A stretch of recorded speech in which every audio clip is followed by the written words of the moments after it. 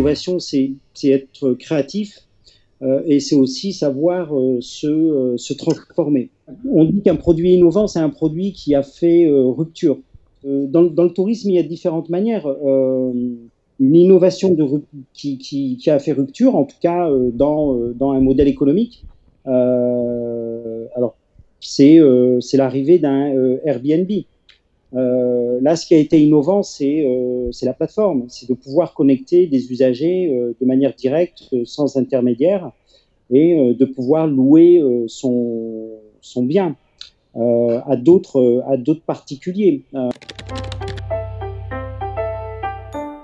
La tendance aujourd'hui, tout ce qui est fait ou tout ce qui est pour l'usager commence à être pris. Et c'est de plus en plus difficile de trouver des startups qui vont avoir de nouveaux produits innovants pour amener des services pour les usagers. Donc, ce qu'on voit aujourd'hui, c'est beaucoup de startups qui vont développer des produits pour améliorer les processus internes, pour aider les entreprises, beaucoup plus que de s'adresser directement aux usagers.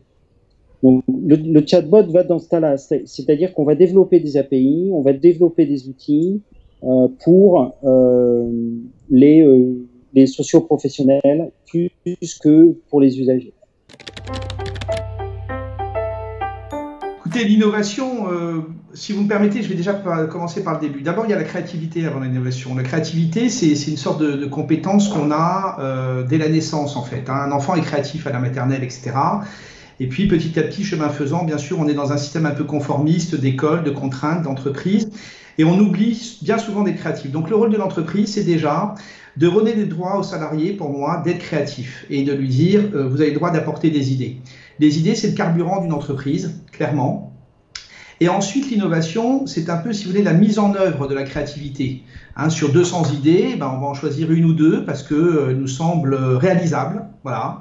Elles sont réalisables parce qu'elles peuvent être mises en œuvre avec des moyens, avec des rôles distribués à chacun, avec du temps, avec de l'argent, bon, c'est les moyens. Et là, on passe dans la phase innovation. L'innovation, c'est vital, si vous voulez. C'est vraiment la clé de la performance. Si vous n'êtes pas innovant, vous restez dans vos habitudes, vous restez dans la conformité et vous perdez de la compétitivité. Et qui est au centre de la performance, de la compétitivité? C'est le client. C'est le client qu'on demande toujours plus. Donc, en gros, vous n'avez pas trop le choix. Si vous voulez appartenir au monde de ceux qui réussissent, il faut innover. Voilà. Après, il faut bien sûr le faire selon vos moyens et selon vos possibilités. Et là, justement, la créativité permet de ne pas forcément investir énormément pour pouvoir se distinguer. Parce que le but final, c'est de se distinguer, c'est d'étonner et c'est de surprendre le client afin de se différencier. Vraiment, sincèrement, pour la plupart des acteurs du tourisme, aujourd'hui, d'abord, il y a une innovation qui vous est parfois imposée par votre montre extérieure. On est bien obligé de se mettre à l'informatique, au digital, etc. Donc, elle est parfois imposée autour de nous. Vous n'avez pas trop le choix. Il y a celle que vous allez susciter vous-même. Voilà, là, c'est être créatif par vous-même. Et si vous n'innovez pas, vous savez, le tourisme a beaucoup évolué depuis une cinquantaine d'années. Ça a fait un progrès fulgurant dans tout, dans les produits, dans le transport, dans les attentes clients, dans les expériences qu'on veut vivre. Donc, bien sûr, ça fait l'objet d'énormément d'innovations. Il en faut encore.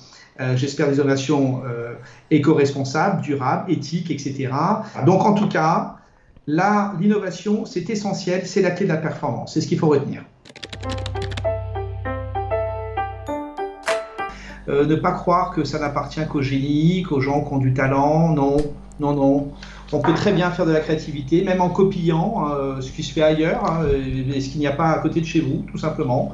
Donc, mais au moins on progresse. Voilà. Je pense aux prestataires notamment qui n'ont pas beaucoup de moyens. J'imagine que derrière vos mots, il y a ça, parce que innover avec beaucoup de moyens, entre guillemets, c'est toujours plus simple, comme beaucoup de choses dans la vie. Innover avec moins de moyens, c'est être créatif sur l'hospitalité, sur l'attitude qu'on a avec ses salariés. Alors, je vais vous donner une idée toute simple. Par exemple, on a l'obligation d'avoir des vestiaires dans une entreprise. Vous êtes d'accord? Bon, la plupart des gens font déjà des vestiaires peu brillants, peu équipés, etc.